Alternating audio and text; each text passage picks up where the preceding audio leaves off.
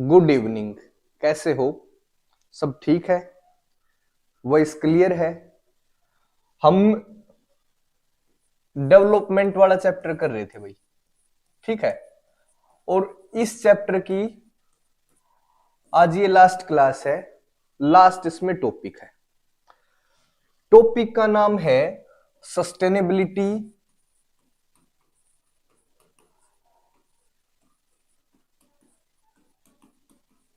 Of development. Of development last topic है। थोड़ा सा ध्यान से समझना है और उम्मीद अभी पिछली क्लास क्लियर भी होगी। उसमें हमने बॉडी मास इंडेक्स के बारे में पढ़ा, ह्यूमन डेवलपमेंट रिपोर्ट के बारे में पढ़ा, कैसे ये रिपोर्ट तैयार करी जाती है। ये सारी चीजें हमने पिछली क्लास में करी थी। जो लास्ट टॉपिक है इस पहले चैप्टर का वो है सस्टेनेबिलिटी ऑफ डेवलपमेंट। आप इमेजिन करिए कि आप एक डेवलप्ड देश में हो, विकसित देश है आपका। तो क्या आप ये चाहोगे कि ये हमेशा ऐसे ही विकसित रहा रहे, या ऐसा चाहोगे कि आगे इसमें कुछ भी हो?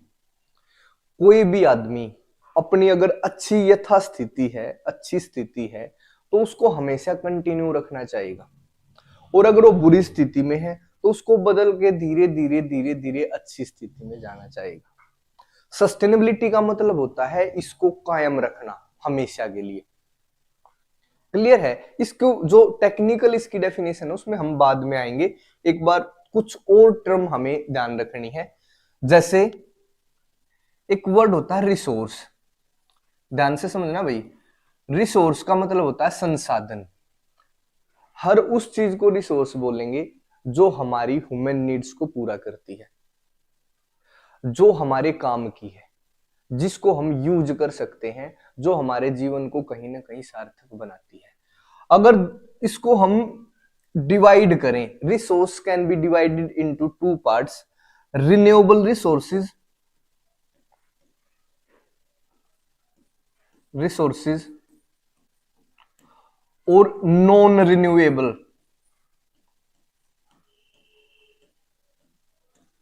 रिसोर्सेज। ध्यान देना भाई। रिन्यूएबल रिसोर्सेज कौन से होते हैं? जो समाप्त नहीं होते। मैं इसका ध्यान से समझना कैसे। ये रिसोर्स जितना हम समाप्त करेंगे, जितना इनका यूज करेंगे, इनके अंदर खुद को रिप्लेनिश करने की एक अद्भुत क्षमता है। रिप्लेनिश का मतलब क्या होता है? ये खुद को दोबारा से डेवलप कर सकते हैं। जैसे जैसे ग्राउंड वाटर। एक बार थोड़ा सा समझ लें भाई। जैसे है ग्राउंड वाटर, बुक में जो एग्जांपल दे रखा है उसी को हम देखेंगे।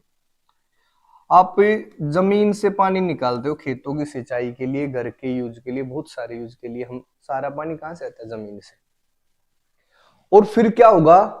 उस पानी का आप यूज करोगे, फिर मानसून आएगा, फिर से बारिश होगी, वो बारिश का पानी धीरे धीरे फिर से जमीन में चला जाएगा, फिर से जमीन के अंदर पानी होगा, फिर आप नेक्स्ट ईयर फिर से ऐसे ही निकालोगे।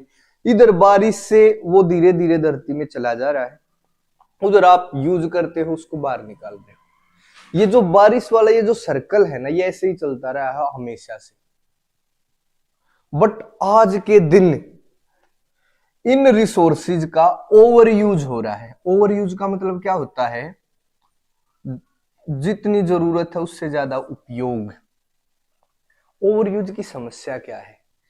आप निकाल ज्यादा रहे हो धरती से पानी, और जो बारिश के कारण बारिश होकर जो धरती के अंदर जा रहा है पानी, वो कम जा रहा है। जैसे अगर हम रिकॉर्ड की बात करें, अगर कुछ डाटा की हम बात करें, पिछले 20 सालों में, लास्ट 20 ईयर की अगर हम बात करें, तो भारत के लगभग 300 डिस्ट्रिक्ट में जो ग्राउंड लेवल है वाटर का, वो लगभग 4 मीटर नीचे गया है। आप अपने दादा से पूछना कि पहले पानी जब हम कुआं खोदते थे, ट्यूबवेल लगाते थे, पहले है ना पानी ऊपर था। आज धीरे धीरे धीरे धीरे उसका लेवल क्या हो रहा है, ग्राउंड वाटर का लेवल वो नीचे जाता जा रहा है। कभी 25 फीट था, कभी 100 फीट हुआ, फिर 200 फीट हुआ, और धीरे धीरे क्या होगा, ग्राउंड वाटर भी वहां से क्या हो जाएगा, खत्म हो जाएगा। ध्यान दो, ये क्या है, रिन्यूएबल रिसोर्स है, बट उसके बावजूद भी जब हम इसका ओवर यूज करते हैं, एक इसमें कैपेसिटी होती है खुद को मेंटेन रखने की, आप इसको निकाल रहे हो, इसका यूज कर रहे हो, फिर प्रकृति की एक ऐसा साइकिल है जिसके कारण ये दोबारा से जमीन में पानी इकट्ठा होता चला जाता है, बारिश का पानी अंदर चला जाएगा धरती के, आप उसको फिर निकालोगे, फिर वो साइकिल होके अंदर चला जाएगा। अगर जब तक ये प्रोसेस है ना कि भाई जितना आप निकाल रहे हो उतना वहां पे चला जा रहा है, तो ठीक है, ये हमेशा चलने वाली चीज है। बट अगर आप उसका ओवर यूज करते हो, ओवर यूज का मतलब है जितना यूज करना चाहिए उससे ज्यादा यूज करना, तो ये अपने आप को रिप्लेनिश नहीं कर पाता, दोबारा से उसी मात्रा में आप अपने आप को स्टोर नहीं कर पाता, जिसके कारण धीरे धीरे ग्राउंड जो लेवल है वाटर का वो धीरे धीरे कम होता जा रहा है। और मैं एक और डाटा में बताऊं, अपने देश में चेन्नई एक ऐसा शहर है, पहला ऐसा शहर जहां से ग्राउंड वाटर बिल्कुल समाप्त हो गया। ग्राउंड वाटर समाप्त होने का मतलब क्या है कि वो इतनी नीचे चला गया, उसको निकालने में बहुत ज्यादा खर्च आएगा, या फिर वो है ही नहीं पानी ग्राउंड के नीचे। और धीरे धीरे ये हालत एक डिस्ट्रिक्ट से दूसरे, तीसरे, चौथे ऐसी फैलती रहेगी। आज आप देखिए, आप कपड़े धोते हो, आप नहाते हो, आप गाड़ी धोते हो, आप ये सोच के देखो जितना पानी आप यूज कर रहे हो उस काम के लिए, क्या उतना ही करना चाहिए? आपने मोटर चलाई और गाड़ी को धोना शुरू कर दिया, जो गाड़ी आप एक बकेट पानी में धो सकते थे उसको आप 10 मिनट उसको ऐसे ऐसे चला रहे हो। ऐसा पता है क्यों? क्योंकि आपको ऐसा लगता है ये पानी का क्या खत्म होगा, इतने बड़े बड़े समुंदर भरे पड़े। बिल्कुल भी ऐसा नहीं है भाई, ओवर यूज इसको खत्म कर देगा एक दिन। और फिर जब, क्योंकि देखो पानी तो हमेशा यूज करना है, बट अगर ये ग्राउंड लेवल इसका अगर नीचे चला जाता है ना, जो ग्राउंड में जो वाटर है उसका लेवल, तो भविष्य में समस्या हो जाएगी। बहुत सारे ऐसे देश हैं जो पानी की कमी से जूझ रहे हैं, अपने इंडिया में भी कई सारे ऐसे डिस्ट्रिक्ट भी बताया भी है कि जो पानी की कमी से जूझ रहे हैं। आप आसपास के गांव में भी देखोगे तो कुछ गांव में क्या होगा, वहां पे पानी का लेवल ज्यादा नीचे चला गया। ठीक है, तो ये रिन्यूएबल रिसोर्स है। अब रिन्यूएबल रिसोर्स में हम क्या करें, पानी तो हमेशा जरूरत पड़ेगी। एक और एग्जांपल ले लो इसका, रिन्यूएबल का ही, फॉरेस्ट। आप पेड़ को काट दो तो उसके जो बीज हैं होते हैं वो साइड में जमीन में गिरेंगे, एक आध पेड़ और उग जाएगा। तो जो फॉरेस्ट है ना, नॉर्मली अगर इनको हम, जो पहले जो व्यक्ति इनमें रहते थे, जो फॉरेस्ट पे डिपेंड थे, वो पेड़ काटते, पर धीरे धीरे फॉरेस्ट आपको रिप्लेनिश कर लेता, वो दोबारा से 10 पेड़ काटे गए, 10-20 पेड़ और उग गए अपने आप, या फिर व्यक्ति ने उसके बीज इधर उधर डाल दिए तो उग गए अपने आप से। ठीक है, आज देखो फॉरेस्ट को काटने की दर इतनी ज्यादा है, तो ये जो जंगल है ना धीरे धीरे साफ होते चले जा रहे हैं। अब इनके पास इतनी वो नेचुरल पावर नहीं कि ये खुद को उसी हिसाब से बढ़ाते रहे, तो धीरे धीरे क्या होंगे, फॉरेस्ट धरती से खत्म होते जाने। फॉरेस्ट का कम होने का आपको पता परिणाम, ऑक्सीजन लेवल कम होगा, जितना उसमें फ्लोरा फोना है, जितने पेड़ पौधे हैं, जितने जीव जंतु उस फॉरेस्ट पे डिपेंड हैं, जितनी जनजातियां उस पर डिपेंड है, क्या होगा, उनका सबका पतन होगा। ठीक है, ये है रिन्यूएबल रिसोर्स। और इन रिसोर्स को हम आगे कैसे यूज करते रह सकते हैं, इनका ओवर यूज ना करें बस। अगर ओवर यूज नहीं होता तो ये खुद को दोबारा से अब जो इनका यूज हुआ है उसकी भरपाई कर लेते हैं। क्लियर है? अब देखो नॉन रिन्यूएबल रिसोर्स, जैसे नेचुरल गैस, पेट्रोल, डीजल, ये सारे क्या हैं, नॉन रिन्यूएबल रिसोर्स है। इसका क्या मतलब होता है कि इनकी एक क्वांटिटी है जमीन के अंदर, और अगर ये एक बार समाप्त हो गए तो ये दोबारा इनको बनने में लाखों साल लग जाते हैं। इसका मतलब क्या, अगर पेट्रोल है, आप समझ गए, देखो पेट्रोल खत्म तो खत्म, जो लाखों करोड़ों सालों में जो पेट्रोल बना है उसको हम डेली कितना यूज कर देते हैं, इस बात को समझो।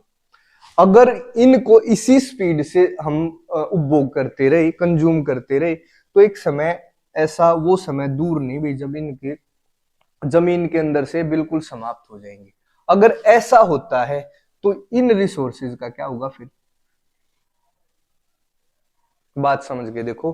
अगर नॉन रिन्यूएबल रिसोर्स खत्म हो गए तो इनको बनाना, हम आदमी नहीं बना सकता इनको, ये एक नेचुरल प्रोसेस से बनते हैं, और उस नेचुरल प्रोसेस से बनने में इसको लाखों करोड़ों साल लग जाते हैं। अब इसका क्या इलाज, पेट्रोल का तो यूज भी करना है, इससे क्या होगा यहां पे तो हमने देख लिया था, इसका ओवर यूज खत्म कर देंगे। यहां पे हमें क्या करना पड़ेगा, कुछ अदर अल्टरनेटिव ढूंढने पड़ेंगे भाई, जैसे इलेक्ट्रिक व्हीकल आए, बैटरी से चलने वाली गाड़ियां, जैसे सोलर एनर्जी। इसके लिए हमें कुछ अदर अल्टरनेटिव इसकी जगह पे जिनको हम यूज करें, वो रिसोर्स ढूंढने पड़ेंगे। उसी के बाद, उसके बाद क्या होगा, धीरे धीरे हम हमेशा के लिए इनका यूज करते रहेंगे। पेट्रोल के जगह पे हमें पता, अभी पेट्रोल एक दिन खत्म हो जाएगा। अभी मैं एक टेबल दिखाता हूं, तुम्हारी बुक में ही है वो, उसमें देखो क्या लिख रखा है, ये है मिडल ईस्ट,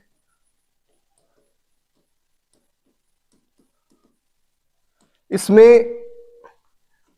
ये एक जगह है भाई, मतलब एक एरिया है अपने अर्थ का, यूनाइटेड स्टेट्स ऑफ अमेरिका, इसका तो सबको पता है।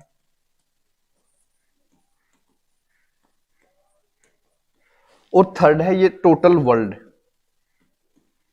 इसमें जो 2017 में जितना क्रूड ऑयल था, यहां पे मान लो 808 था, 808,000 मिलियन बैरल्स, पेट्रोल या क्रूड ऑयल को बैरल्स में मेजर करते हैं, 808 था, यहां पे 50 था, और टोटल था 1697, इतने 1000 मिलियन बैरल्स 2017 में। अब ये दे रखा भाई कितने समय तक ये चलेगा, ये अपना इसी प्रेजेंट एज से अगर हम इसको कंज्यूम करते हैं तो ये अगले 70 ईयर्स के लिए काफी है। अगर अमेरिका का है 10.5 ईयर्स के लिए काफी है, और जो वर्ल्ड के अगर हम देखें तो 50.2 ईयर्स की। क्लियर है, हम पूरे वर्ल्ड का देखें, पूरे वर्ल्ड में इतना क्रूड ऑयल का रिजर्व है, ये इतने थाउजेंड्स मिलियन बैरल्स, जो अगले 50 साल के लिए काफी है।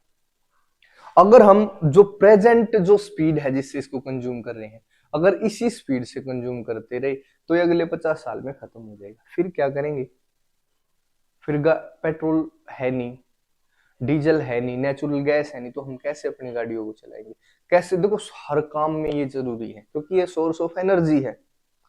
तो फिर क्या करेंगे, इस कारण हमें कुछ अल्टरनेटिव सोर्स रिसोर्स ढूंढने पड़ेंगे जो इनकी कमी को पूरा कर दें। अगर ये समाप्त हो जाते हैं तो इनकी जगह हम उनको यूज कर सकें, जैसे सोलर एनर्जी, जैसे वाटर एनर्जी, जैसे भाई इलेक्ट्रिक एनर्जी। अब जैसे इलेक्ट्रिक व्हीकल है उसमें पेट्रोल की जरूरत नहीं, डीजल की जरूरत नहीं, ठीक है। अब हमने क्या देखा, जो ये इतना पढ़ा है, ये देखा है कि जो रिन्यूएबल रिसोर्स है, रिन्यूएबल का मतलब है जो अपने आप को जितना कंज्यूम करते हैं उस हिसाब से अपने आप को खुद से डेवलप कर लेते हैं, खुद से उतनी मात्रा में बना लेते हैं। अगर इनको हम ओवर यूज ना करें, इनको तो ओवर यूज करना, ओवर यूज का मतलब है एक मात्रा से ज्यादा यूज करना, इनको तो ओवर यूज बंद करना पड़ेगा। जो नॉन रिन्यूएबल रिसोर्स है भाई, इनको अगर आप कम भी यूज करोगे तो 50 की जगह 100 साल चल जाएगा, और कम यूज करोगे तो 150 ईयर्स चल जाएगा, ये हमेशा तो चल नहीं सकता। इनके लिए क्या करना पड़ेगा, हमें अल्टरनेटिव ढूंढने पड़ेंगे ताकि फ्यूचर में कभी भी एनर्जी की रिक्वायरमेंट हमारी अधूरी ना रहे और हम अपने सारे काम इजीली करते रहे। ठीक है, अब हम टॉपिक पे आते हैं सस्टेनेबिलिटी ऑफ डेवलपमेंट। सस्टेनेबिलिटी दोबारा से लिख देता हूं भाई। इसका मतलब है कि जो हमारा विकास है वो होता रहे, कायम रहे फ्यूचर में भी। ठीक है, इसका मतलब क्या है, जो फ्यूचर जनरेशन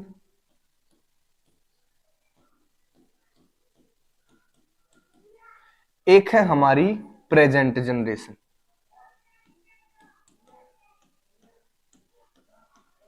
है ना, एक तो हम हैं अभी, एक जो आने वाली जनरेशन होगी वो होगी फ्यूचर जनरेशन। प्रेजेंट जनरेशन वर्तमान पीढ़ी और आने वाली पीढ़ी। हमारे पास सारे रिसोर्स हैं, पेट्रोल भी है, डीजल भी है। अगर ये जनरेशन इन सारे रिसोर्सेज को यूज कर ले, पूरा विकास कर दे, बहुत ज्यादा पैसे कमा ले, सब सारे रिसोर्स हैं जो उनका यूज करके, तो फ्यूचर जनरेशन के पास क्या बचेगा। पेट्रोल हमने यहाँ यूज कर दिया अपने बिजनेस में, तो बिजनेस तो इसको भी करना है, तो फिर क्या होगा, आज जो डेवलपमेंट है ना वो धीरे धीरे धीरे धीरे कम होता होता क्या होगा, एक दिन विनाश हो जाएगा। क्लियर है ना भाई। आज आपके घर में पैसे हैं 1 करोड़ रुपए मान के चलो, और आज की जो पीढ़ी उसने सारे खा लिए, वो आज तो खुश है, अमीर है, डेवलप है, पर जो आने वाली पीढ़ी होंगी वो क्या करेंगी। आप कैसे आने वाली पीढ़ियों को अमीर बना सकते हो, 1 करोड़ है, कम से कम 1 करोड़ तो अगले वाली पीढ़ी को दें, इससे और पैसे कमाएं, अपना भी यूज करें और आगे इसको ट्रांसफर करें। 1 करोड़ से ज्यादा करके ट्रांसफर करें, 1 करोड़ से कम नहीं। जमीन है आपके दादा के पास थी, उसने ट्रांसफर करी आपके पिताजी को, पिताजी ट्रांसफर करेंगे आपको। अगर मान लिया आपने उसको बेच दिया सारी जमीन को, जमीन बेचने के बाद फिर क्या, जमीन तो बची नहीं, फिर आप अगली जनरेशन को क्या दोगे, वो तो जमीन आपने उसका उपभोग कर लिया, नेक्स्ट जनरेशन को क्या दोगे, जमीन तो है नहीं। क्लियर है, तो समस्या हो जाएगी। सस्टेनेबिलिटी ऑफ डेवलपमेंट का मतलब है प्रेजेंट जो जनरेशन उसका भी डेवलपमेंट हो और इतने रिसोर्सेज बचे रहें कि फ्यूचर जनरेशन भी उससे अपना काम चलाए। अब फ्यूचर जनरेशन क्या है, अगले 100 साल में जो फ्यूचर जनरेशन है इसका भी तो टाइम आएगा, ये उस टाइम पे प्रेजेंट जनरेशन बन जाएगी और फिर अगली एक और फ्यूचर जनरेशन होगी, क्योंकि कितना भी आगे चले जाओ उस टाइम पे वो प्रेजेंट जनरेशन है, उससे आगे आने वाली फ्यूचर जनरेशन है। आपने अपनी फ्यूचर जनरेशन के लिए रिसोर्स बचा के रख दिए, अब जब इसका टाइम आया, जब ये एग्जिस्ट करेगी तो वो उस टाइम की प्रेजेंट जनरेशन होगी। इसका भी यही धर्म है जो आपका था, इसने क्या करना, ये अपने रिसोर्स इसके लिए बचा दिए। अब फिर से जब इसका टाइम आएगा तो ये प्रेजेंट जनरेशन होगी उस टाइम की, फिर आगे एक और फ्यूचर जनरेशन होगी, तो इसका क्या ड्यूटी है, ये इन रिसोर्सेज को यहां दे। ये है transfer of resources, so that अपना भी डेवलपमेंट कर सके, बट जो फ्यूचर जनरेशन के प्रति हमारी ड्यूटी है वो खराब ना हो, वो हम पूरी तरीके से निभाएं। इस प्रकार से रिसोर्सेज का उपभोग करें, हम भी उपभोग कर ले और अगले वाली जनरेशन तक भी पहुंच जाए, तभी तो डेवलपमेंट सस्टेन रहेगा, तभी तो डेवलपमेंट कायम रहेगा। अब ध्यान करो, हमने जो टॉपिक पढ़ा है, रिन्यूएबल रिसोर्स अगर ओवर यूज करते रहे, ग्राउंड वाटर बिल्कुल एक्सट्रीम बिलो नीचे लेवल पे चला गया, फॉरेस्ट है वो धीरे धीरे खत्म हो गई, तो फ्यूचर जनरेशन को क्या दोगे भाई, फ्यूचर जनरेशन को समस्या नहीं हो जाएगी, फिर वो भी उसका कुछ यूज करेगी तो वो अपनी फ्यूचर जनरेशन को क्या देगी। अब नॉन रिन्यूएबल रिसोर्स की देखो, अगर अल्टरनेटिव आपने कोई नहीं ढूंढा, अल्टरनेटिव रिसोर्स नहीं ढूंढा, तो ये तो धीरे धीरे 50 साल में समाप्त हो गई, फिर उसके बाद फ्यूचर जनरेशन क्या करेगी। हमें सस्टेनेबिलिटी के लिए क्या करना है, रिन्यूएबल रिसोर्सेज को तो ओवर यूज नहीं करना, उसको उतना यूज करना है जितना जरूरत है, और जो नॉन रिन्यूएबल रिसोर्स है उनका क्या करना है, उनके लिए अल्टरनेटिव रिसोर्सेज ढूंढने हैं। ये है सस्टेनेबिलिटी ऑफ डेवलपमेंट। इसी तरीके से क्या होगा, विकास आने वाली पीढ़ियों तक पहुंचेगा। अगर कहीं भी ये क्रम टूटेगा, ये जो डायग्राम देख लो, अगर इसने अपने रिसोर्स सारे उपभोग कर लिए, कंज्यूम कर लिए, तो यहां तक डेवलपमेंट रह जाएगा।